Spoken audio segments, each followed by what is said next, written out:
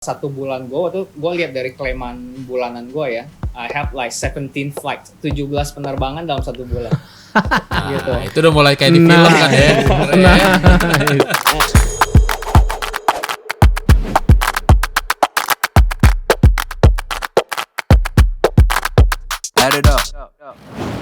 Oke guys, welcome ke Sudut Pandang. Kali ini kita kembali lagi. Sudut Pandang adalah podcast dari channel Jujur Aja. Balik lagi dengan gua dari Victor Prawata dan di sana ada Fedi Budiman. Dan kali ini kita juga nggak ngobrol berduaan doang tuh ya.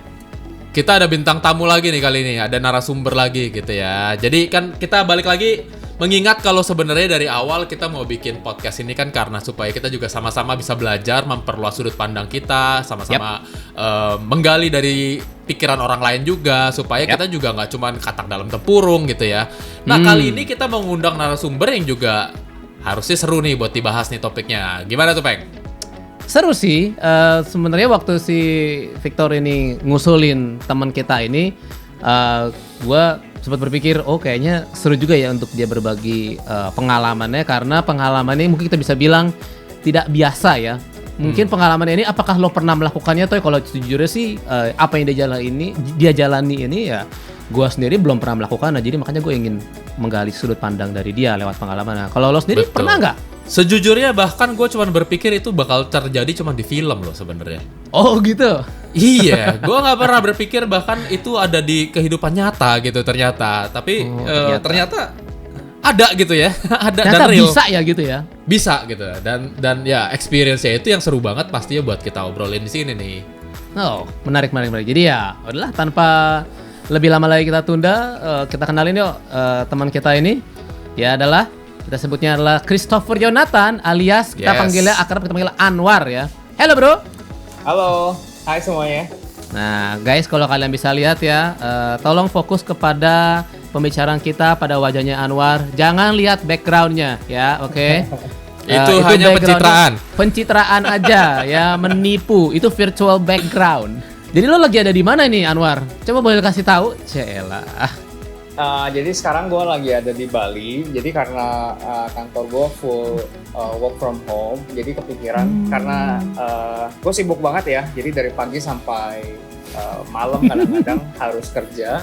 Terus gue merasa kayak well-being gue terancam nih gitu. Jadi for the sake of my mental health, jadi akhirnya gue mengubah WFH ini menjadi WFB alias work from Bali.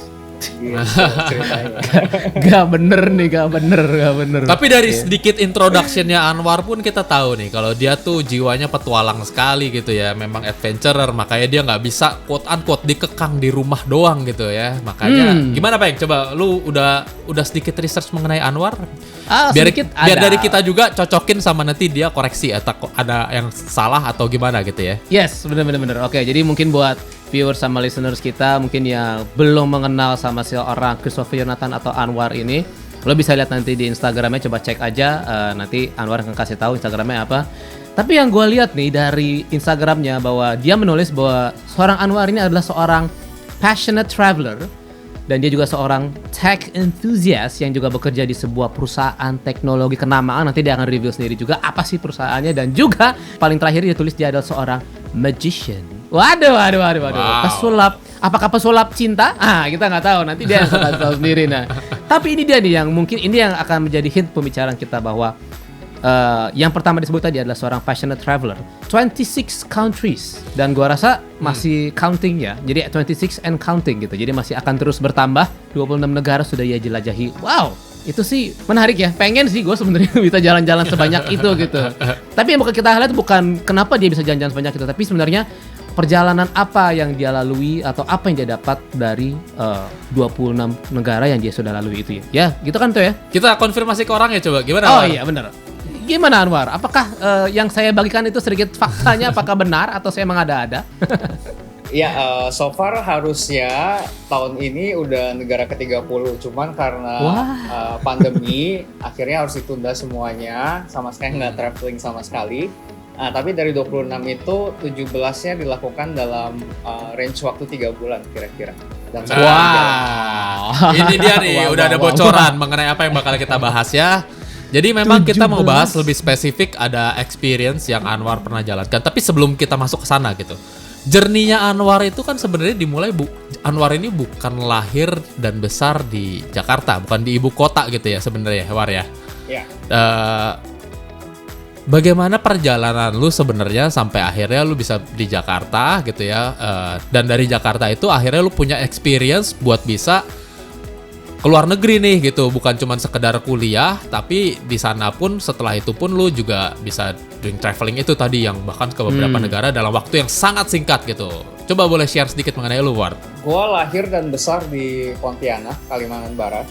Gue dari kecil itu udah merasa I'm born more than that gitu. Lebih dari ketika gue hanya tinggal di satu kota kecil. Entah kenapa dari dulu itu gue udah punya angan-angan gitu buat bisa keliling dunia. Jadi majalah favorit gue itu adalah National Geographic gitu. Jadi gue suka banget ngeliat culture, ngeliat wartawan-wartawan National Geographic buat kayak explore the world, terus bisa belajar hal baru. Tapi itu semua influence dari orang tua lu, keluarga lu, atau someone yang dekat sama lu juga memang begitu? Atau lu memang sendiri aja begitu tuh?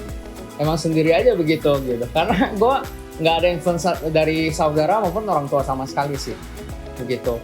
Dan satu fakta unik ya, dari kecil itu gue kayak suka banget peta dunia. Jadi bahkan atlas itu gue biasa buat tidur loh. Gue nggak tahu kenapa. Wow. Jadi kayak gue suka banget ngelihat negara, kemudian kayak ngehafalin mata uangnya, ngehafalin ibu kotanya begitu, dan kayak I just love it gitu. Nggak tahu juga kenapa gitu. Jadi waktu gue ingat banget pas SMP, itu sekolah ada jual kayak atlas, kan dulu kita masih baca buku ya. Nah atlas yang gede banget, ukuran kalau dibuka ukuran A3. Nah itu pokoknya besar banget, dan gue kayak merengek-rengek ke bokap gue buat supaya beliin gitu ke gue. Jadi nggak tahu sih kerinduan itu muncul dari mana. I have no idea. I just love the world, love the culture. And then senang aja gitu ngelihat peta dunia, mempelajari apa yang terdapat di masing-masing negara. Terus gue kayak mencerna semua informasi itu dengan passionate kalau bisa dibilang gitu. Tapi memang lu dari kecil itu keluarga lu memang sering ngajak lu jalan-jalan, traveling dan lain sebagainya, atau enggak justru sebenarnya? Justru karena enggak begitu anehnya, karena gue kan berasal dari keluarga yang enggak terlalu mampu ya, jadi bisa dibilang hanya menengah lah begitu. Jadi we don't have privilege to traveling around, bahkan kayak duit keluarga kita pas-pasan lah begitu. Jadi kita tidak punya luxury buat jalan-jalan gitu. Jadi kita jarang sekali ada kayak wisata keluarga sih gitu. Jadi biasa bokap tuh ada kayak acara yayasan. Nah biasa sama teman-teman yayasannya keluar negeri. Jadi gue cuman kayak pulang ngeliat foto-fotonya mereka doang. Nah cuman kalau misalnya gue mau flashback ya ketika pas lulus SMA. Jadi gue, karena semua saudara gue paling kecil. Jadi saudara gue semua kuliahnya di Pontianak. Nah jadi waktu itu bokap bilang ya udahlah kuliah di namanya Untan, jadi Universitas Tanjung Pura. Jadi salah satu universitas negeri yang terbesar di Pontianak. Jadi mirip kayak UI gitu. Jadi mereka kayak di hutan-hutan gitu. Jadi fakultasnya menyebar di mana-mana di seluruh kota. Nah cuman kayak gue merasa kayaknya enggak deh gitu. Kayak gue harus kayak achieve sesuatu yang lebih besar, karena selama gue tinggal di kota ini doang gue nggak akan berkembang. Jadi entah kenapa gue punya pikiran seperti itu. Jadi gue sampai bilang ke bokap gue pengen cari beasiswa ke Jakarta. Kalau misalnya sampai keluarga gue sendiri nggak bisa membiayai gue ke Jakarta, gue akan cari beasiswa. Terus nyokap gue nggak izinin gitu ya, karena gue anak bungsunya dia lah gitu. Cuma akhirnya sampai gue ngomong ke mereka kalau sampai gue harus kuliah di Pontianak, gue prefer tidak kuliah sama sekali gitu. Dan gara-gara gue ngomong gitu akhirnya diizinkan buat kuliah di Jakarta. Ini anak bungsu agak kurang ajar ya. Udah ancam-ancam dari kecil ya. Anak bungsu lagi itu akhirnya berlanjut nih. Itu akhirnya berlanjut dari di Jakarta. Akhirnya gue merasa oh iya gue berkembang sekali nih gitu di Jakarta. Dan gue merasa gue harus bisa keluar negeri at least gitu, karena salah satu impian gue sebenarnya gue bisa kuliah di luar negeri begitu, tapi apa daya karena keterbatasan ekonomi keluarga juga itu sesuatu yang hanya sekedar mimpi. Nah, cuman gue merasa S2 ya bisa lah, gue bisa cari full scholarship juga seperti waktu biasa. Dan akhirnya ketika gue udah kerja sekitar 3 tahun 7 bulan, terus gue pindah company, terus gue stay di sana hampir 2 tahun. Akhirnya gue mutusin kayak udah cukup deh gitu. Gue kerja, gue pengen ambil sabbatical year juga untuk sekalian kuliah. Nah, akhirnya gue hunting beasiswa, dan akhirnya dapat LPDP. Dan puji Tuhan gue lolos seleksi di percobaan pertama. Oh wow. Oh iya, jadi sampai gue berangkat ke kuliah S2 gue, jadi intinya gue ke UK waktu itu ambil Cyber Security and Management. Nah, jadi menurut gue itu salah satu andil juga kenapa gue dapat beasiswa LPDP ini dalam seleksi pertama gitu, karena topik yang gue ambil itu jarang sekali ada yang ngambil gitu.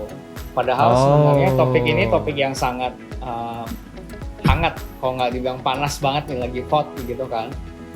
Yeah. Nah, kemudian akhirnya gue berangkat ke UK pun itu belum kepikiran nih buat exploring the world gitu, karena I mean it's just a dream of a child gitu, dan gue merasa kayak nggak punya keberanian itu intinya gitu. Jadi sampai ke sana pun gue cuman mikir, oh ya udah, karena gue ke UK paling every weekend atau misalnya sebulan sekali gue akan kayak sama teman-teman gue akan explore UK atau nyebrang ke Eropa daratan dan lain-lain gitu, tanpa berpikir kayak do it on the one run gitu. Jadi langsung satu jalan explore semua negara yang gue pengen di Eropa gitu.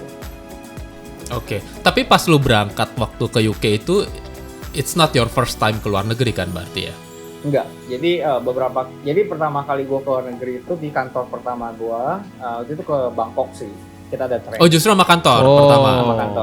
Sama kantor. Okay. Itu the very first time gue menapakkan kaki gue di umur 23 kalau nggak salah. Ini my first time ke luar negeri gitu. Dan itu dikirim kantor buat training di Bangkok. Nah, sejak saat itu gue explore negara-negara dekat lah, Malaysia, Singapura, tapi nggak jauh-jauh, benar-benar dekat banget di Indonesia. Nah, kemudian mungkin kecintaan gue ke traveling muncul ketika gue kerja di perusahaan kedua gue, which is perusahaan gue yang sekarang juga gitu. Jadi gue waktu itu harus handle semua business partner di seluruh Indonesia, jadi mengharuskan gue traveling all the time gitu. Bahkan waktu itu rekor 1 bulan gue lihat dari klaiman bulanan gue ya, I have like 17 flights, 17 penerbangan dalam 1 bulan. Gitu. Itu udah mulai kayak di film kan ya. Nah, dari saat itu tuh kayaknya gue kayak mulai ngelihat, wow, ternyata traveling is fun. Cuman saat itu gue masih menahan diri sih, karena let's say gue berangkat Senin nih untuk acara di hari Selasa, kemudian Rabu mungkin gue pindah kota, terus event lagi hari Kamis, nah kemudian Jumat gue pulang Jakarta. Nah, kalau gue yang sekarang, gue tuh pasti akan extend sampai hari Minggu. Nah, entah kenapa waktu itu karena gue belum punya mental traveler ya, gue cuma punya mental turis doang, dan gue mungkin berpikir, oh ya keuangan gue belum stabil gitu, dan gue harus lebih banyak menabung. Karena kalau misalnya gue extend like weekend, berarti gue spend more money for that gitu. Jadi sama sekali mungkin gue nggak punya keberanian itu juga. Dan gue selalu akhirnya pulang hari Jumat. Gue cukup menyayangkan itu pada saat sekarang gitu, karena gue mungkin belum punya jiwa yang terlalu adventurous pada saat itu. Oke. Tapi gue tertarik satu hal nih, jadi dari kata-kata lo. Sebenarnya menurut lo apa bedanya turis sama traveler berarti? Ya, betul. Ya, kalau turis itu they just like strolling around ke situs-situs yang lu bisa Google lah. Misalnya yang populer lah ya. Yes, yang populer. Tempat wisata di Jakarta begitu. Terus mereka cuma berkunjung, foto-foto, kemudian pulang gitu. Nah, tapi traveler menurut gua adalah orang tersebut akan menghabiskan lebih banyak waktu untuk absorb a lot of things from that place gitu, termasuk culture, bahasa, gaya hidup, makanan gitu. Dan mereka tidak hanya kesana hanya untuk berkunjung ke tempat-tempat yang terkenal, yang populer tersebut, tapi lebih baik berinteraksi dengan orang-orang lokal, live like locals gitu kalau teman gue bilang. Gitu.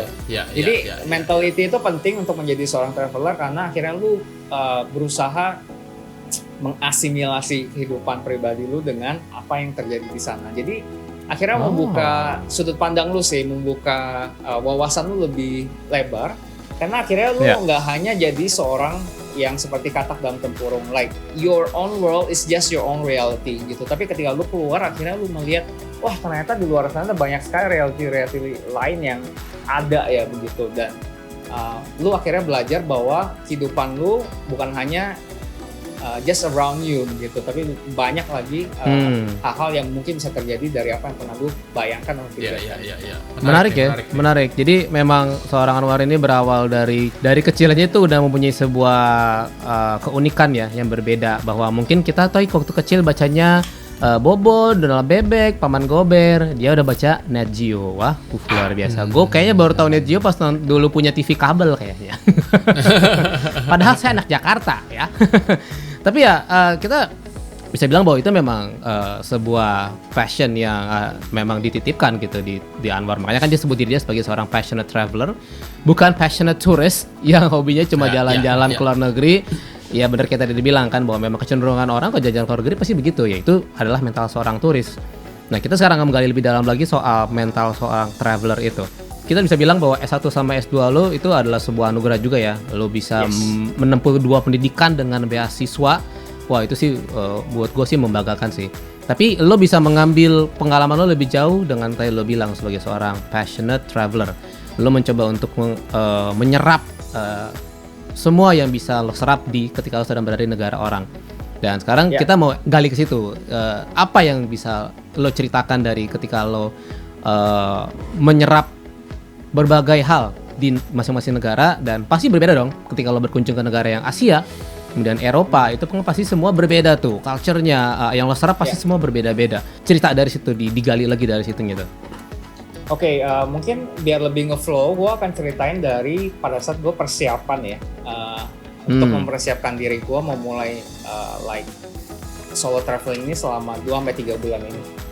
Solo traveling ya? Oh ya, mungkin ini kita mesti juga highlight nih. Ini adalah lo solo traveling ya, bukan berdua sama teman atau bertiga, tapi sendirian. Boleh masuk ke ceritanya. Ini kan jadi ceritanya ini mungkin gue singkat cerita gitu ya. Anwar ini begitu sudah selesai almost graduation ya berarti ya di UK itu ya. Almost graduation itu masih ada spare waktu. Jadi Anwar memutuskan untuk do solo traveling. Keliling ke beberapa negara gitu yang waktu itu apakah sudah di-plan semua atau gimana? Nah, biar Anwar yang cerita deh mungkin. Ya, jadi ceritanya gue bukan lulus sih, jadi kayak submission, disertasi, kemudian kita ada Viva kayak defense gitu atau sidang di Indonesia. Nah, jadi begitu selesai sidang, gue pengen nih mutusin buat exploring UK begitu. Nah, kemudian pada saat gue ngeliat, ternyata waktu gue cukup panjang nih. Waktu itu September gue kelar, dan graduation-nya Januari. Nah, which is masih ada 3 bulan nih untuk gue bisa spend my time di Eropa gitu. Nah, jadi pada saat gue kuliah, gue tuh tidak sempat buat exploring Europe ketika weekend, karena padat sekali intensitas gue kuliah. Dia sama sekali itu tahun berapa ya? Wah, sorry, tadi gue lupa nanya, itu tahun berapa? Gue masuk Oktober 2016, lulusnya September 2017. Oke.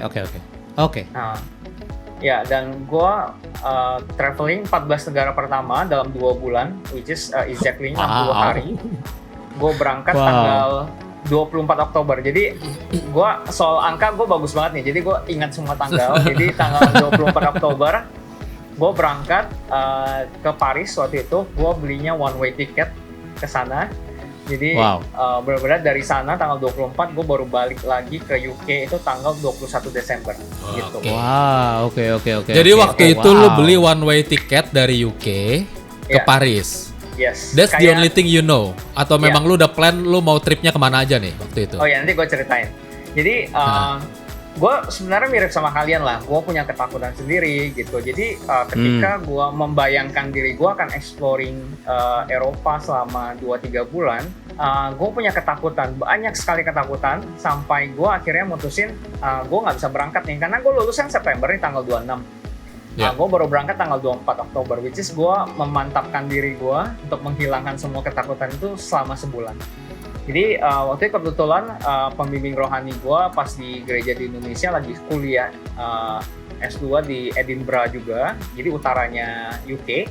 Jadi gue naik kereta ke sana, terus gue stay dengan dia selama hampir sebulan itu. Terus gue ceritain tentang keinginan gue, kira-kira apa yang mendorong gue untuk melakukan perjalanan selama 2-3 bulan ini sendirian gitu. Nah, ketakutan gue tuh banyak gitu, karena gue belum pernah ke daratan Eropa sama sekali, karena baru ke UK itu pertama kali di Eropa. Terus gue nggak tahu gue bakal kena scam apa enggak gitu sebagai turis. Terus gue nggak tahu gue cocok sama makanannya apa enggak, apakah gue bakal kecopetan atau misalnya kena hal-hal yang seperti itu. Belum lagi misal gue sakit, let's say ya, kan kita nggak tahu nih gitu. Terus uang gue cukup apa enggak ketika traveling ke sana gitu. Terus lu harus traveling light, karena selama misalnya lu mutusin 2 bulan seterusnya lu bakal traveling, artinya lu harus bawa seisi rumah lu di dalam semua backpack lu, dan lu harus bisa survive dalam 2 bulan. Oke, berarti ini backpacking ya? Yes, it's backpacking, karena ketika lu bawa koper, lu akan susah nih kemana-mana gitu. Ya. Jadi, Iya. Mobilitas tuh lebih mudah ketika backpacking ya. Jadi gue riset selama sebulan ini, kira-kira apa aja yang bakal terjadi, scam-scam yang biasa terjadi di Eropa, makanannya seperti apa, terus hostel-hostelnya seperti apa gitu. Dan gue riset semuanya sih di internet. Dan waktu itu kebetulan gue ketemu satu blog. Jadi dia juga dia orang Amerika, kemudian dia udah sering melakukan Eurotrip selama 2 bulan. Dia mulai selama seminggu dulu, terus dia mulai 2 minggu, terus sebulan, sampai pernah dia 4 bulan di Eropa. Wow. Dan semua season gitu. Jadi akhirnya gue kayak, oh gila, orang lain udah pernah ngejalanin ini nih gitu. Jadi gue dapat bekal, bajunya harus bawa apa aja. Kemudian barang-barang yang lu harus beli itu apa aja, karena gue di UK jadi gampang nih buat belinya, karena Amazonnya sama lah kurang lebih begitu. Jadi backpacknya model apa, terus toiletries-nya, bagnya seperti apa, kayak gue dapat guidance gitu. Jadi menambah kepercayaan diri gue. Jadi akhirnya setelah sebulan penuh riset, akhirnya pada tanggal 22 Oktober gue memutuskan untuk beli tiket itu. Gitu. Jadi I only give myself 2 days dari beli tiket sampai gue berangkat, jadi biar gue nggak changing my mind gitu di tengah jalan. Jadi akhirnya jadi seminggu sebelum gue beli tiket itu gue udah pulang ke kota gue, ke selatan. Kemudian gue order barang-barang di Amazon yang sesuai dengan blog itu, dan akhirnya datang dalam 1-2 hari, gue packing, gue beli tiket, kemudian 2 hari kemudian gue berangkat ke Eropa. Tapi pas lo ngomong Eurotrip, gue langsung ingat di kepala gue Biscuzi. Kalau ada yang tahu mungkin film itu. Anda tua berarti. Biscuzi. But oke. Ini satu poin yang kita bisa ambil dulu juga, bahwa mungkin pendengar sama penonton kita di sini yang mungkin sudah berpikir bahwa lo ingin melakukan backpacking traveling keluar dari Indonesia. The first important thing is you have to know where you're going, dan lo harus riset bener-bener ya, karena preparation yang matang itu akan membuat lo tidak ketimpa bencana di perjalanan gitu ya. Maksudnya nanti ketika negara orang lain lo ada something happen with you, lo nggak panik gitu, lo udah tahu lo mesti ngapain, lo bagaimana ya. Termasuk yang paling esensial itu bahwa backpacking traveling, ketahuilah bahwa itu jauh lebih tricky dibanding kalau lo bawa koper. Challenging, dan lo benar harus bawa hal yang esensial dan yang sangat penting gitu. Nah, itu pelajaran pertama nih bisa kita lihat ya, oke, guys. Tapi bukan itu inti pembicaraan kita hari ini, karena ceritanya masih berlanjut. So Anwar, please continue. Ya, jadi gue mungkin menyambung dari yang tadi ya. Jadi gue selalu megang prinsip bahwa fail to plan is plan to fail gitu. Jadi makanya penting banget untuk merencanakan segala sesuatu. Kalau misalnya tes kepribadian, gue tuh J, jadi benar-benar sangat pengen planning semuanya, benar-benar teratur banget deh gitu. Everything should be on track. Kemudian gue udah harus tahu di sana ngapain segala macam begitu. Nah, jadi penting sekali at least lu tahu situasi di sana, kemudian apa yang lu bakal hadapi, at least mungkin scam-scam yang umumnya terjadi di sana itu lu juga penting buat tahu. Jadi akhirnya lu bisa mencegah itu terjadi pada diri lu. Gue kena percobaan scam, kayak mungkin 10 kali ada kena percobaan itu, tapi karena gue udah tahu, jadi akhirnya gue bisa menghindari itu. Oke, contoh scamnya apa? Mungkin dari 10 itu lo bisa ceritain satu ya, mungkin kali ada yang bisa lo bagi sharing pengalaman juga buat kita semua di sini. Oke, jadi kayak contohnya di Paris ya. Jadi ketika lu di Paris, ketika lu berdandan seperti turis ya, karena mau gimana lagi waktu itu, gue harus bawa kamera karena kan gue pengen foto-foto di sana. Akhirnya gue kelihatan seperti turis begitu. Iya. Dan gue bawa backpack kan, gitu. Soalnya kalau misalnya gue nggak bawa backpack, mungkin akan kelihatan less touristy. Nah, kemudian akhirnya di sana tuh banyak sekali ibu-ibu atau cewek-cewek lah begitu. Mereka bawa clipboard. Mereka akan minta tanda tangan gitu. Mereka bilang mereka dari non-profit organization, misalnya mereka minta sumbangan dan lain-lain, apapun alasannya. Nah, biasanya ketika satu orang melakukan distraksi, misalnya minta tanda tangan lu, ngobrol sama lu, rekan di sebelahnya, dia akan langsung mutar ke belakang lu, kemudian bisa melakukan pencopetan gitu. Jadi, satu melakukan distraksi, satu melakukan copet gitu. Nah, jadi karena gue udah tahu, ketika gue dipepet nih kiri kanan, gue langsung menolak gitu. Gue nggak ladenin sama sekali, gue keep walking. Tapi pernah waktu itu ketika gue keep walking, mereka kayak berusaha ngejar gue, terus makin nepetin gue dari kiri dan kanan gitu. Nah, cuman akhirnya gue kayak bersikap lebih tegas dan mereka langsung berhenti sih gitu ketika kita udah mulai tegas gitu. Jadi jarang sekali sih mereka main fisik. Jadi pernah sekali juga di Sacré-Cœur, mereka juga modusnya adalah mereka pakai benang wool biasa, kemudian mereka akan langsung ikatin ke tangan lo. Nah, begitu sudah ikatin tangan, mereka bilang ini souvenir segala macam, terus mereka akan minta duit karena lu sudah tanda kutip ambil atau beli souvenir benangnya mereka. Gitu. Padahal itu hanya sejuta sekali gitu. Mereka akan langsung kayak ngerumunin lo dengan kerumunannya mereka dan kemudian minta duit, dan akhirnya lo terpaksa memberikan mereka 5 atau 10 euro gitu. Nah, jadi karena gue udah tahu ketika gue diajak ngobrol, gue tahu tangan gue akan langsung ditarik. Jadi gue berjaga-jaga dan gue langsung pergi aja tanpa meladenin dia. Nah, tapi kebanyakan orang kulit hitam, jadi tambah bermaksud rasis ya. Tapi mostly pelakunya kulit hitam, dan kemudian dia akan ngejar lu nih gitu. Pas gue menghindari mereka, gue dikejar, terus tangan gue hampir ditarik. Nah, jadi itu pertama kali gue physical contact tuh ketika di scam. Jadi sisanya ketika lu nolak, mereka akan langsung menjauh. Nah, ini cukup berani sih menurut gue gitu. Jadi begitu tangan gue ditarik, gue langsung hempasin sih. Terus kayak mau ngajak berantem, terus teman-temannya langsung datang gitu. Jadi karena gue kalah number, gue udah nggak bisa ladenin, ya udah gue langsung ngeblur sama kerumunan aja gitu. Jadi it seems like menakutkan ya gitu, karena menarik menarik dan menakutkan sebenarnya sih. Gitu, cuman kadang akhirnya itu memberikan lu satu spektrum pengalaman yang lu nggak akan alamin ketika lu cuma di Indonesia atau misalnya lu traveling in a group gitu. Dan akhirnya gue belajar buat manage ketakutan gue, manage soal kekhawatiran gue dan lain-lain gitu. Dan akhirnya semakin hari ketika gue menjalankan solo traveling ini, gue semakin mengumpulkan keberanian gue sih gitu.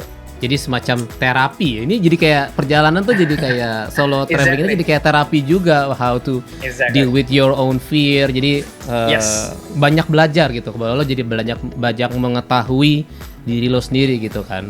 Lo ternyata bisa limitnya sampai mana sih dengan dealing dengan ketakutan lo, kekhawatiran lo. Gimana kalau gue jalan? Karena kan ya lo sendirian, lo nggak punya teman untuk nge-backup lo, keluarga gitu kan. Dan itu akan membuat jadi lebih susah, tapi di saat yang bersamaan rewarding ketika berhasil melewati itu, lo akan jadi lebih kuat gitu.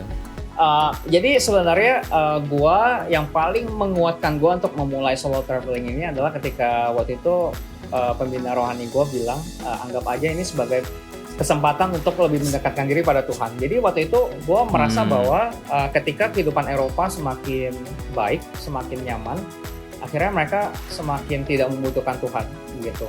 Jadi akhirnya gue melihat kesempatan gue traveling ini adalah menjadi satu kesempatan gue bisa masuk ke satu area yang tidak gue kenal sama sekali, tidak ada kepastian sama sekali, dan di sana akhirnya gue belajar buat mengandalkan Tuhan sepenuhnya. Jadi itu salah satunya alasan yang membuat gue akhirnya gue siap buat jalan, karena gue tahu semakin berat challenge-nya ke depan, gue akan semakin melihat bagaimana Tuhan bekerja dalam perjalanan gue ini gitu. Nah kemudian ngomong-ngomong soal terapi ya, ini juga menarik nih, karena gue adalah orang yang tipenya takut sekali buat di-reject. Ini kayak my biggest fear gitu, of rejection. Jadi kalau misalnya sebelum traveling ya, gue akan kayak worry atau khawatir atau takut buat memulai pembicaraan dengan orang asing. Karena satu, Rasa gue takut tertolak di gitu ya. reject Lo sama orang yang Exactly. takut tertolak gitu. Oke.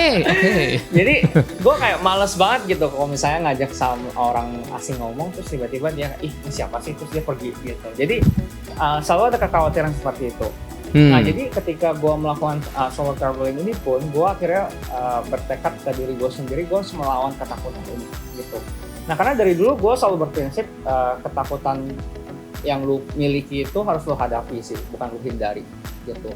Mungkin sebelum corona ya, jadi kalau misalnya sesudah corona agak susah nih. Jadi gue prefer untuk tinggal di hostel. Karena di hostel ini banyak sekali hostel-hostel di Eropa yang punya common room. Jadi kalau misalnya di Indonesia kan lebih kayak hotel atau apalah itu lebih individualistik. Jadi lu cuman kamar keluar gitu. Nah sekarang di hostel itu kita lebih kayak kekeluargaan lah. Jadi kita kadang ngumpul, makan bareng, ngobrol dan lain-lain.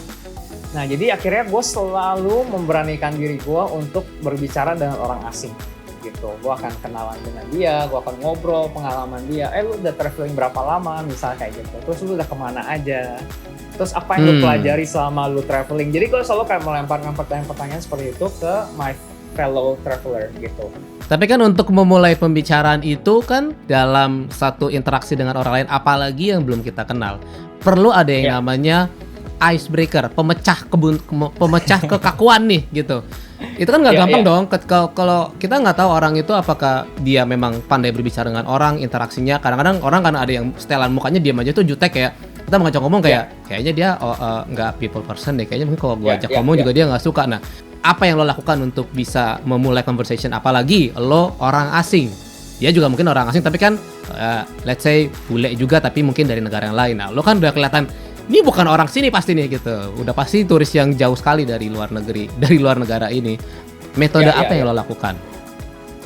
Nah jadi sebenarnya kalau misalnya kita sebagai orang Asia di Eropa akan lebih cenderung lebih gampang untuk mengajak bule untuk ngobrol karena kan kita something different dengan mereka gitu. Jadi kayak mereka juga punya curiosity atau rasa ingin tahu juga untuk ngobrol sama kita. Kita kayak sesama traveler ini punya kesamaan pasti, jadi lebih gampang buat nyambung. Jadi itu filter pertama.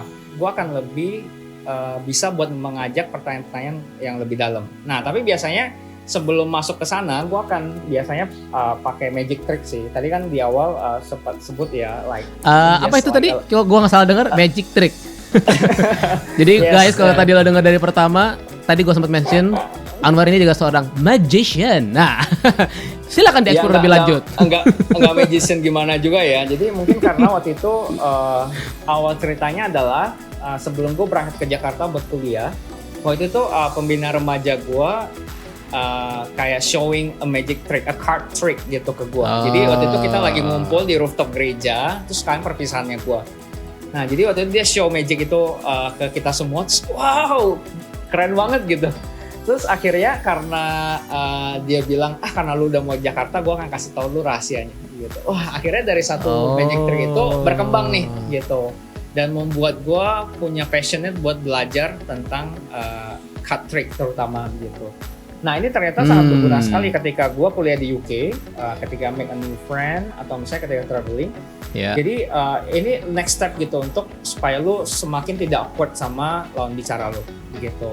Nah jadi ini penting sekali karena mostly ketika kita ngajak habis ngobrol basa-basi tadi ya lu udah kemana, habis common ground itu selesai, gue langsung bilang lu mau kehabisan bahan pembicaraan gitu kan, apalagi ya gitu. Iya, tapi kalau misalnya lu mau nanya yang lebih dalam, biasanya nggak enak karena lu orang asing. Nah, tapi ketika lu sudah showing magic trick ke mereka, terus mereka kayak udah terkagum-kagum gitu, akan lebih kayak ini sih, lebih cair banget. Dan kemudian lu bisa akhirnya mau travel ke sini bareng nggak? Bareng gua gitu. Akhirnya kita bisa ke pub bareng atau cari makan siang bareng setelah itu. Conversationnya lebih natural habis itu, karena udah cair. Exactly. Iya. Benar. Udah kena sihir juga dia berarti. Udah kena sihir. Oke, tapi sekarang gue mau nanya nih, kan lo bilang lo aja waktu sebelum memutuskan untuk backpacking traveling ke sana itu lo sudah mempelajari scam-scamnya gini, dan lo menggunakan trik tanda kutip ya untuk bisa ngobrol sama orang dengan hal-hal tadi, pertanyaan-pertanyaan yang basic, kemudian lo lakukan magic trick gitu ya.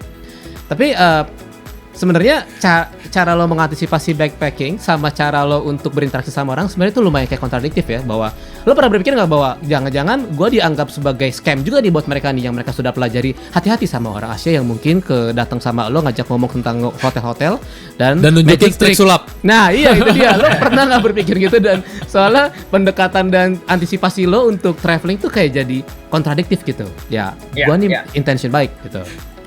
Yes, exactly. Gue pernah kepikiran itu juga dan menjadi salah satu kekhawatiran gue.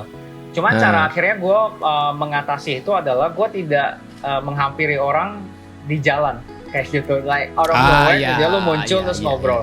Nah makanya gue bilang gue sengaja mencari satu environment yang gue bisa melakukan itu, which is hostel atau homestay. Nah ketika akhirnya lu sama-sama tinggal di satu hostel itu, artinya lu sama-sama traveler dong, like not a random person yang tiba-tiba like ngajak ngobrol lu di jalan. Karena most of the scam yang terjadi adalah ketika lu lagi jalan sendirian di jalan. Kita tarik balik nih berarti. Tadi kan berarti first journey lu ke Paris berarti ya, tadi dari UK itu ya. First journey lu ke Paris dan lu dari situ starting point lu untuk lu keliling ke beberapa negara di Eropa dalam waktu 2 bulan tadi ya. Iya. Dan mostly berarti kalau gua recap, lu berarti memang mostly tinggalnya juga di hostel gitu ya, supaya lu juga bisa kenal dengan banyak orang. Itu apakah benar-benar semuanya terplan tuh berarti? Jadi kayak lu gue berapa hari di sini, berapa hari di sini, berapa hari di sini, hotelnya hostelnya udah lu book dari sebelum lu berangkat dan lain sebagainya atau gimana tuh? Oke, pertanyaan yang bagus sekali ya. Jadi ini juga salah satu yang membentuk diri gue sekarang gitu. Karena dulu kan tadi di awal gue juga sempat bilang gue orangnya J banget. Jadi kalau misalnya kita ngomong MBTI, jadi kan kita ada J itu yang sangat teratur, planning segala macam. P itu yang spontaneous gitu. Nah makanya di trip kali ini gue pengen supaya belajar untuk lebih spontaneous jadi orang gitu. Jadi nggak semuanya harus well planned rencana gitu, well planned, atau misalnya lu bisa kecewa kalau misalnya tidak sesuai dengan rencana lu.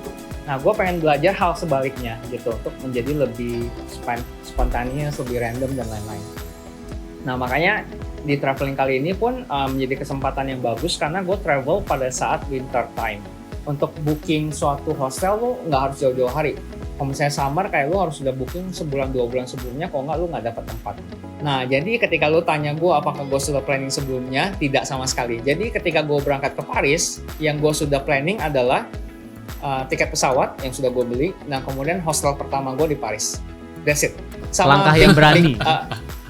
Gini sama big picture-nya. Jadi gue udah gambarin rute gue dari Paris kira-kira mau kemana. Jadi waktu itu gue udah bayangin, dari Paris gue bisa ke Belgia, dari Belgia gue bisa ke Belanda, dari Belanda gue bisa ke Jerman, dan seterusnya begitu. Walaupun nanti ada percabangan pada saat dijalanin. Cuman gue kayak udah punya gambaran, kira-kira gue bisa dapetin 17 negara inilah dalam 2 bulan. Nah itu kayak best plan-nya seperti itu. Ketika gue sudah 5 hari waktu itu, gue spend 5 hari di Paris. Gue baru ketika mau berangkat ke Belgia, which is kayak H-1, H-2, gue baru planning, gue mau naik apa ke Belgianya, terus gue mau tinggal di mana, gue baru beli pada saat itu. Mungkin satu hal yang juga bakal banyak muncul pertanyaan gitu ya buat orang yang denger juga nih, War. Gimana lu plan keuangannya berarti? Kan lu berarti plan traveling untuk 2 bulan gitu ya, maksudnya apakah lu udah dihitung perkiraannya butuh segini dan lain sebagainya? Itu kan orang kalau mau traveling kan mikirin kayak gitu-gitu juga tuh gitu. Kalau lu gimana tuh kemarin? Ini salah satu riset terpenting juga karena gue punya kartu ATM bank di UK, jadi gue kayak riset dia punya sister bank atau kayak bank yang kerja sama dengan dia nggak. Jadi gue bisa tarik uang di mana aja tanpa harus kena charge. Kemudian ketika gue kayak sudah traveling, I have no idea gitu, gue bakal spend berapa dalam sebulan gitu. Nah jadi gue cuma matok biaya hidup gue pas selama sebulan di UK. Kira-kira, patokan gue kira-kira like 1.000 pound. Kan gue biaya hidup di sana sekitar 1.000 sampai 1.200 pound per bulan. Nah jadi gue akan patok segitu sebulan ketika gue traveling. Dan ketika gue jalanin sebulan ternyata nggak sampai 1.200, like mungkin 1.000 pound doang gue habis. Jadi kayak nggak ada bedanya ketika gue stay di UK menunggu graduation gue sama ketika gue exploring Europe. A new fact buat gue karena gue juga baru tahu ketika gue menjalankan. Karena ternyata kan Eropa ternyata tidak sebesar itu. Kecil kok. Kalau misalnya kita mau expand Indonesia ya, Indonesia itu bisa dari Paris sampai ke Rusia gitu. Jadi Indonesia itu cukup gede.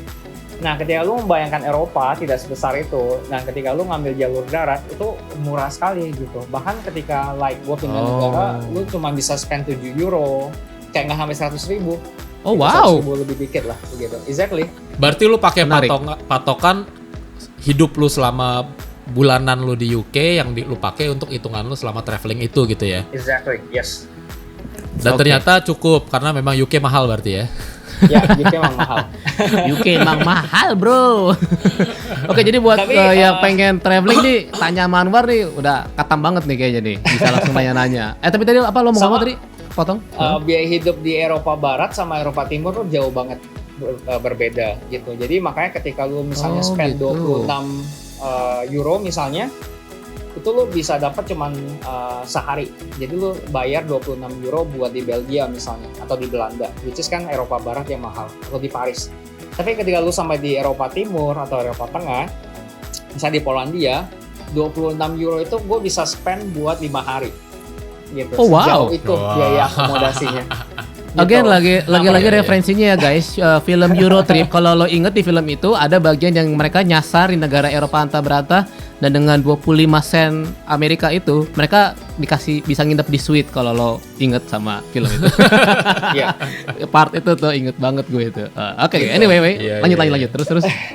Iya, jadi kalau misalnya lu lihat negara tersebut sudah pakai euro, nah biasanya mereka akan mahal karena dipukul rata dengan mungkin rata-rata atau mungkin di atasnya dengan negara-negara yang sudah maju dan makmur gitu, kayak Paris, kayak Prancis, kemudian Belgia, Belanda gitu. Jadi like, contohnya ketika Slovenia mereka pindah ke euro, biaya hidup mereka otomatis naik gitu.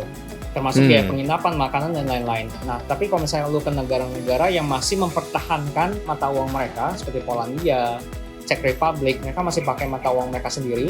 Nah, mereka tidak harus menyesuaikan standar hidup mereka dengan euro, gitu. Makanya mereka jauh lebih murah dalam biaya hidup, termasuk makan dan tempat tinggal.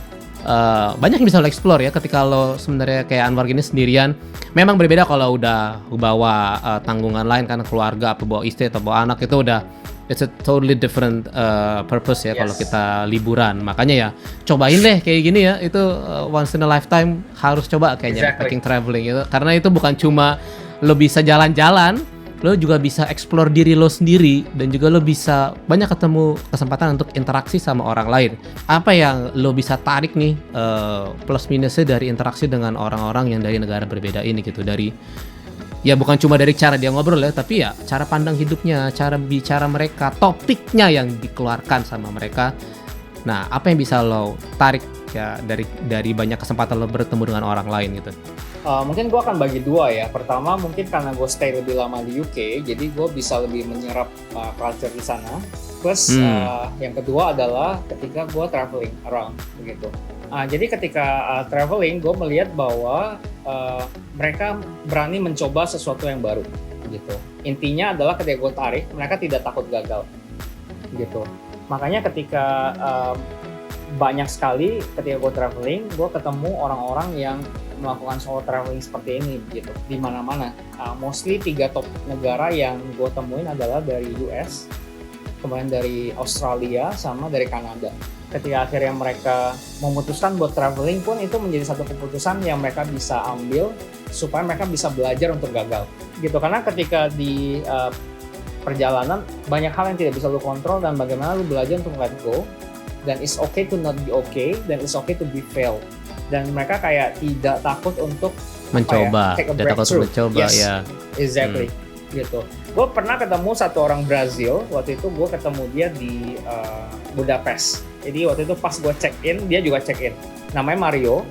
Jadi waktu itu dia dari Brazil juga, kayaknya dia udah umur 30 something begitu pas gue ketemu dia.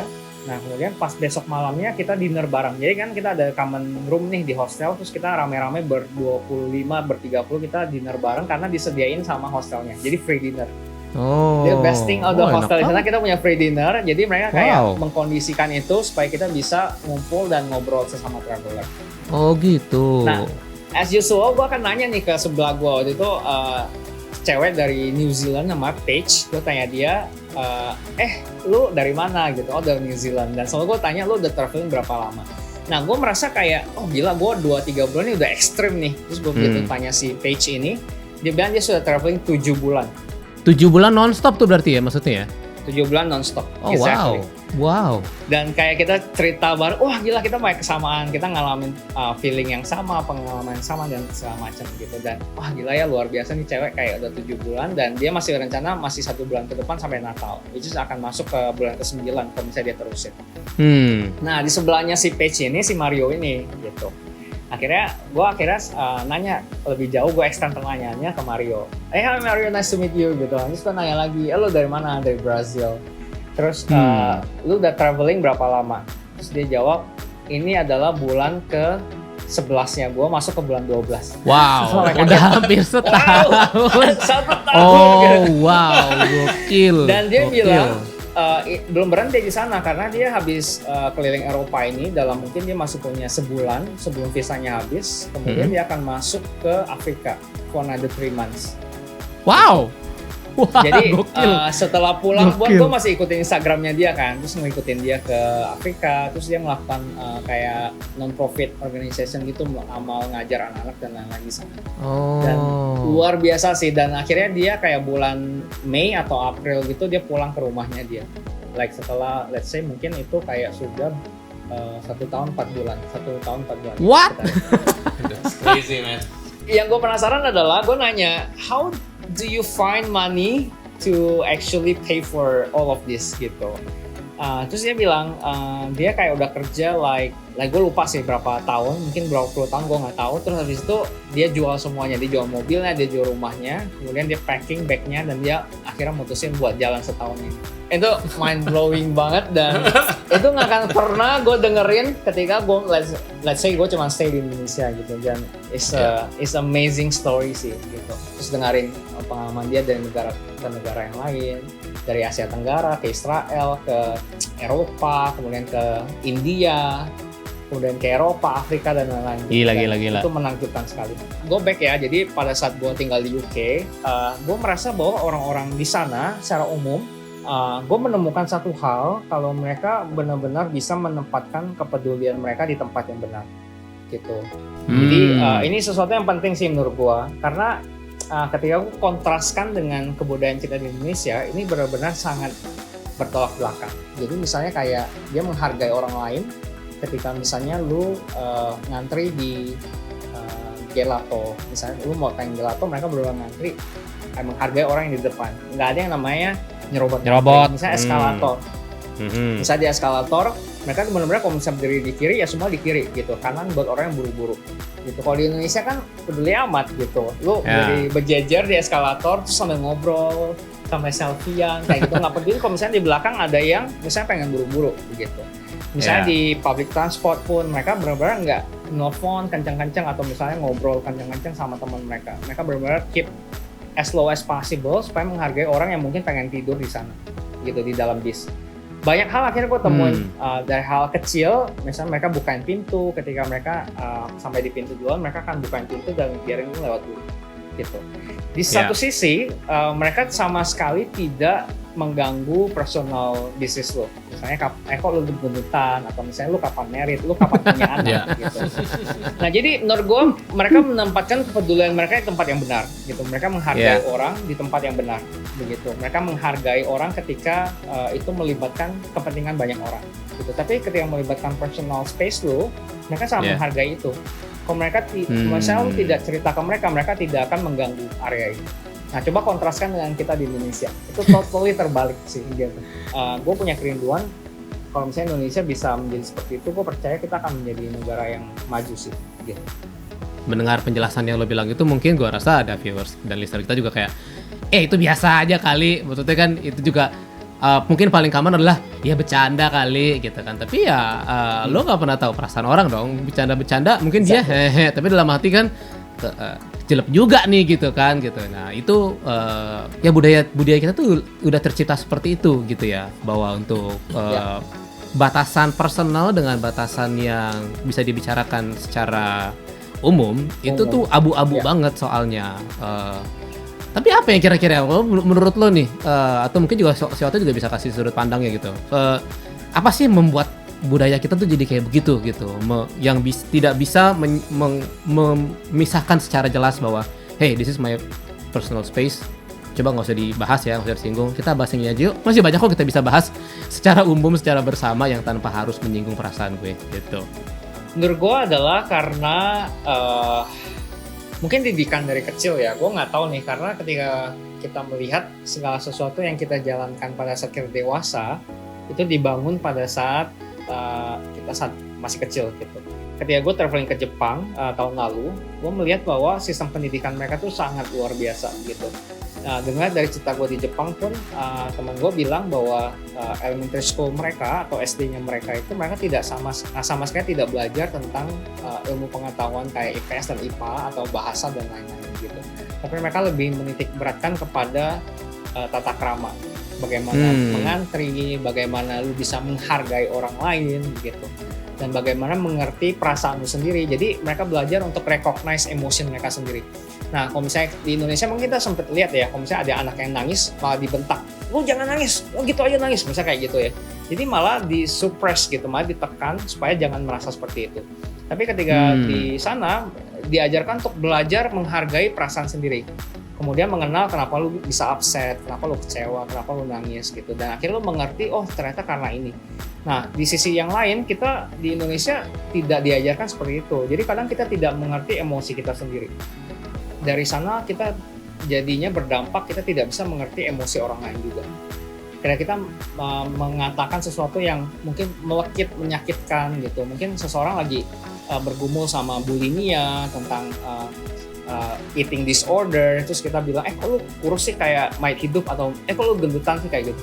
Tanpa akhirnya bisa mengerti ketika dia ngomong itu bagaimana dampaknya ke emosi orang tersebut gitu. Kita tendensi untuk melihat ya udah kita cuma kata-kata doang, kita cuma bercanda kok gitu. Dan banyak hal yang lain deh yang dibangun dari kecil, membuang sampah pada tempatnya, kemudian ngantri misalnya, itu semua diajarkan pada saat mereka SD. Makanya gue sangat rindu sekali misalnya dengan adanya Mas Menteri ini sekarang gitu. Kalau misalnya dia dengar, tolong dong SD jangan diajarin matematika atau apa gitu. Ajarin di tahun pertama, tahun-tahun krusial itu tata krama gitu, tentang bagaimana menghargai orang lain, mengerti emosi sendiri, dan akhirnya bisa membuat dia mengerti emosi orang lain. Ya, berarti lebih ke skill hidup dan lebih ke ya fokus kepada karakternya gitu, pengembangan karakter, bukan cuma melulu kepada hasil akhir. Yang itu yang bisa kita lihat kan, biasanya kita tumbuh gitu kan. Yang penting nilai gue 90, nilai gue 80 gitu. Tapi lo sebenarnya ngerti nggak gitu? Pada akhirnya kan ketika kita nggak ngerti, kita nyontek gitu kan. Nah, itu ya, kita mungkin nggak ngebahas soal pendidikan karena obviously itu bukan ranah kita. Tapi expertise yang gue kita, bisa, bukan expertise kita kan. Tapi yang bisa gue tarik juga adalah bahwa Anwar ini bisa mendapatkan sudut pandang ini karena bisa melihat culture lain. Mungkin gini, kalau gue bisa bilang bahwa orang mungkin melihat itu jadi biasa karena dia bisa dibilang tidak melihat kebudayaan lain, tidak mempunyai pembandingnya gitu, bahwa oh kalau ternyata orang lain nganggap itu biasa ya karena itu mereka tinggal di sini dan tidak punya pembandingnya gitu. Mungkin ya pembandingnya bisa dilihat sekarang ya, of course sumbernya gampang bisa dilihat dengan teknologi internet yang udah sangat cepat, ya of course dia bisa lihat. Tapi kan berbeda dong lo melihat dari layar sama lo merasakan secara langsung dan interaksi langsung dengan orang yang di luar sana gitu. Again, si Anwar punya privilege ini sehingga dia bisa menarik kesimpulan itu. Tapi bukan berarti itu tidak bisa kita pelajari gitu. Makanya fungsinya kita ada podcast ini ya supaya orang-orang yang mungkin belum mempunyai kesempatan untuk bisa berinteraksi dengan orang di luar dari Jakarta atau dari Indonesia bisa berbagi, bisa tahu gitu bahwa hey, orang tuh ada loh yang suka lo mesti tahu loh batasan secara jelas bagian personal sama bagian yang bisa lo bahas. Kalau menurut gue sebenarnya ini menjadi menarik ya, karena memang salah satu dasar kita membuat podcast ini kan karena kita mau membuka satu paradigma pandangan orang yang seringkali terpengaruh menemukan pembenaran dari pendapat yang populer gitu kan, yang di masyarakat. Kalau di kita yang hanya terkungkung oleh satu kesadaran bahwa ya di Indonesia kayak gitu mah biasa lah, ngomong kayak gitu juga biasa, udah common lah, nggak masalah. Tapi gue jadi flashback balik, waktu kayak kemarin kita ngobrol sama Teddy tuh, dia juga bilang salah satu poin buat dia yang penting untuk menemukan happiness adalah self awareness sama mindfulness. Menurut gue ini relate banget sama yang dari tadi Anwar share gitu ya. Jadi apakah kita dalam hidup kita tuh udah dalam titik kita punya awareness bukan cuman kepada hidup kita, diri kita, orang lain, tapi bahkan sampai dunia gitu. Jadi kayak tadi Anwar share misalnya kayak bahkan sampai habit untuk buang sampah, habit untuk mengantri, itu kan kita aware Iya. terhadap orang lain juga, perasaan orang lain. Itu apakah kita bisa menumbuhkan itu? Dan yang menarik juga menurut gua gini loh. Walaupun mungkin share-nya Anwar itu mengeneralisir habit dari satu negara gitu ya. Iya. Dari experience dia di sini, dia mengalami seperti itu dan menurut dia, wah, dia membawa impact yang besar terhadap image negara itu bagi Anwar gitu. Tapi menurut gua ini justru menjadi menarik gitu karena ini ternyata membuktikan bahwa satu pribadi pun bisa membawa perubahan loh gitu. Iya. Why don't we start with ourselves gitu kan, dengan diri kita sendiri. Kalau ya udah, kalau daripada lu terus menuntut kayak ya negara yang harus memulai dong, pendidikan harus menurut gua ya itu penting, yes gitu. I'm totally agree with that gitu. Itu penting. Tapi start with yourself lah gitu. Lu mulai aja dulu kalau memang lu ngerasa oh kalau gue nanya kayak gini kayaknya gue bakal nyakitin orang, kalau gue bukain pintu begini kayaknya gue bisa bantu orang, kalau gue melakukan ini kayaknya gue bisa ini dan lain sebagainya gitu. Lu satu orang tapi lu bisa bawa perubahan lo, lu bisa bawa impact lo buat orang lain gitu, at least gitu. Gue setuju. Gimana habit dari seseorang itu yang memiliki awareness terhadap dirinya, terhadap orang lain, terhadap lingkungan, itu ternyata bener-bener impactnya luas ya, bahkan sampai mempengaruhi impact ke image satu negara gitu menurut gue ya. Sebenarnya negara kita juga punya satu image tahu bahwa Indonesia tuh ramah orang-orangnya, ya kan? Karena itu kan semua kesan yang didapatkan dari orang luar Indonesia yang datang ke Indonesia gitu kan. Hey, Indonesian people are very friendly ya gitu. Mereka senyum kemana-mana. What do you think about it? Tapi mereka lupa orang Indonesia itu juga suka buang sampah sembarangan, suka nyinyir, suka nunjuk-nunjuk orang gitu kan. Kayak tadi bilang nunjuknya gini doang nih pemerintah nih. Lu ngapain, harusnya kan kesini juga gitu kan. Sama kalau di jalan nggak suka nggak punya rem. Nah itu kan yang sisi-sisi lain yang orang nggak tahu dari Indonesia gitu. Betul ya. Tapi di luar itu tetap kok gue cinta sama Indonesia dan gue yakin Otoy dan Anwar pun juga tetap kok. Justru dengan Anwar melakukan perjalanan itu keluar dari zona nyamannya yang penuh ketakutan, terus merasa ada takut tertolak. Tapi ketika melewati itu kan akhirnya kan lu jadi kayak self rewarding kan, bahwa oh ternyata gue bisa ya melakukan self traveling ini, gue bisa melakukan spontaneous traveling gitu kan. Oh ternyata gue kalau bisa bicara sama orang, oh ya memang chance-nya 50-50 kan, antara yes, oke, kita ngobrol, atau no, gue gak mau bicara. Udah kan cuma dua itu kan. Tapi ya itu yang membuat lo jadi takut tertolak awalnya gitu kan. Tapi ya ketika lo bisa kan, nah itu tuh guys. Jadi itu yang bisa kita petik bahwa ya get out of your comfort zone gitu. Belajar untuk kita melangkah keluar dari zona nyaman kita gitu. Kalau dari gua mungkin ketakutan yang selama ini kita bayangkan di dalam kepala kita mostly nggak kejadian kok. Nah, jadi dari ribuan alasan yang muncul di kepala gua, apa yang bakal terjadi di traveling hampir semua tidak kejadian. Gitu. Dan kemudian ketika lu ngajak ke orang lain ngobrol pun 100% men, gue bilang 100% tidak ada yang menolak untuk ngobrol sama lu. Ya jadi kalau gue ngelihat sebenarnya ini masih relate banget sih dengan satu quote yang gue pegang banget gitu ya. Expect for the best, prepare for the worst gitu ya. Jadi kalau Anwar juga bilang ya dia prepare segala macamnya juga, sampai segala macam potential scam yang bakal dialamin dia prepare semua. Tapi ya tetap journey-nya tetap dijalanin gitu. Jadi dia tetap expect for the best tapi tetap prepare for the worst gitu ya. Lebih penasarannya gini, Wak. Oh, Chris ya? Chris. Jadi kita sepakat nih ya, menjelang akhir ini kita panggilnya Chris ya. Oke, Chris. Iya. Chris. Tapi satu yang gue lebih penasaran ya, gue pengen tahu sih. Maksudnya kalau dari perjalanan lu yang dari tadi lu share gitu ya, yang menurut gue sih itu memang bener kayak Fedi tadi bilang, nggak semua orang tuh punya experience itu loh gitu. Apa yang berubah dari lu? Apa highlight perjalanan lu dan apa yang lu membentuk lu menjadi seperti apa sih sekarang setelah the whole journey dari yang itu gitu? Iya. Mungkin pertama itu membuat gue lebih berani untuk mengeksplor sesuatu yang baru sih begitu. Jadi gue belajar memanage ekspektasi gue belajar memanage ketakutan gue juga. Jadi akhirnya dari sana gue jadi lebih berani untuk menghadapi sesuatu yang baru, yang tidak pasti, dan akhirnya mengarah ke ketika gue bisa menghadapi ketakutan gue sendiri gitu. Nah kemudian yang kedua yaitu mengatasi rasa takut untuk ditolak, rejection dan lain-lain. Itu juga salah satu yang gue coba bentuk juga selama traveling. Dan ketika gue pulang itu menjadi sesuatu yang baik sih gue lihat begitu. Nah, kemudian gue belajar jadi lebih spontaneous pastinya gitu, jadi tidak harus semuanya terencana. Contohnya kayak gue ke Bali nih, sekarang gue tuh benar-benar nggak ada planning, jadi gue cuma beli tiket pesawat ke sini dan belum beli tiket pulang. Terus gue cuma booking villa, jadi cuma tiket pesawat dan villa gitu. Dan the rest of it gue akan kayak ngikutin the flow, karena akhirnya belajar buat menikmati saat ini gitu. Jadi tidak mengkhawatirkan apa yang bakal terjadi besok, tapi lebih like live the presence gitu. Itu juga yang akhirnya yang membuat gue seperti ini juga nih, berani langsung grab tiket, grab my suitcase, kemudian terbang ke Bali, stay for 10 days begitu, which is might be extended. Yang paling penting menurut gue adalah gue belajar mengenal diri gue sendiri. Gue belajar emosi gue sendiri, kenapa gue merasa kecewa, kenapa gue merasa takut, mengapa gue merasa excited misalnya ketika gue traveling ke satu tempat gitu, ketika gue interaksi dengan orang lain. Jadi akhirnya memperbesar empati gue juga ke orang lain, karena gue jadi bisa mengerti bagaimana orang lain merasakan suatu perasaan juga. Lebih menghargai orang lain sih gitu, terutama dalam public space. Nah, termasuk masa on time ya gitu. Jadi dulu sebelum ke UK itu gue parah banget tuh, benar-benar like last minute gitu.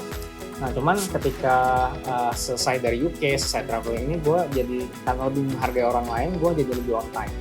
Dan gue jadi belajar menghargai orang yang sudah datang tepat waktu begitu loh. Dan kalau misalnya kita menunggu orang yang telat, artinya kita menghukum orang yang sudah datang tepat waktu dong. Gitu bro, kira-kira.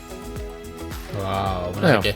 Gua ngelihat ada benang merah sih, Peng. Gue belajar banyak hal, melihat bahwa benar-benar penting banget buat kita memiliki self acceptance itu ya. Kayak baik dalam perasaan ups and down, kita nggak bisa membohongi bahwa memang kita manusia, kita nggak bisa terus dibilang harus selalu positif, harus selalu cheerful dan lain sebagainya. Dan kita harus bisa menerima diri kita gitu. Kedua juga kita harus benar-benar being here, being present gitu. Kayak tadi Anwar juga dari journey-nya dia menemukan kalau memang dia menyukai planning, tapi ada momen-momen ya dia menikmati momen-momen dia sekarang gitu dengan ya spontaneous dan lain sebagainya gitu. Ya ini juga sebenarnya reminder sih buat gua juga, buat kita juga gitu, hopefully ya.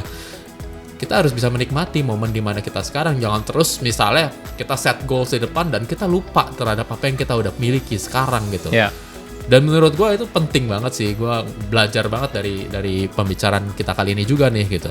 Iya betul, jadi mungkin yang gue bisa tambahin juga bahwa gini, mungkin pasti dari viewers sama listeners kita, gak tahu nih ya, mungkin akan ada pemikiran, ya enak sih ngambil contohnya si Chris ini yang udah jalan-jalan ke luar negeri jadi bisa merasakan itu, tapi enggak juga gitu, bukan itu yang kita mau tampilkan gitu, tapi lebih ke bagaimana kita mengambil contoh bahwa keluar dari zona nyaman lo itu sebenarnya bisa mengubah hidup lo.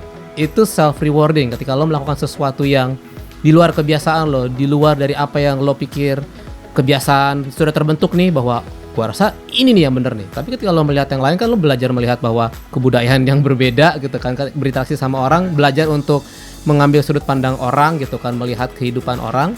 Dan apalagi gitu, ditambah dengan lo keluar dari zona nyaman lo, dengan selama ini misalnya mungkin lo takut untuk melakukan sesuatu, bahwa lo bisa, lo lebih dari itu gitu, bahwa lo jangan takut untuk melakukan kesalahan, karena ya kesalahan justru dilakukan untuk kita bisa belajar dari situ dan menjadi lebih baik. Iya, menjadi lebih baik tentunya gitu, karena yang gue lihat juga sekarang gitu mungkin karena again semua serba cepat, semua serba dipercepat prosesnya, takut untuk melakukan kesalahan, sehingga mau udah perfect baru jalan, mau udah oke nih, nggak bisa sebenarnya gitu. Kita harus tahu ada proses justru keluar dari zona nyaman lo. Dan seperti sekarang dia lagi di Bali ini ya, meskipun WFB sekarang ya, istilah baru tuh ya WFB ya. Kalau kita juga WFB atau ya, work from barat. Iya. Jakarta Barat. Iya, barat. WFJB. Ada lagi tuh yang mungkin kita bisa simpulkan atau kita bisa lempar lagi before we end this podcast?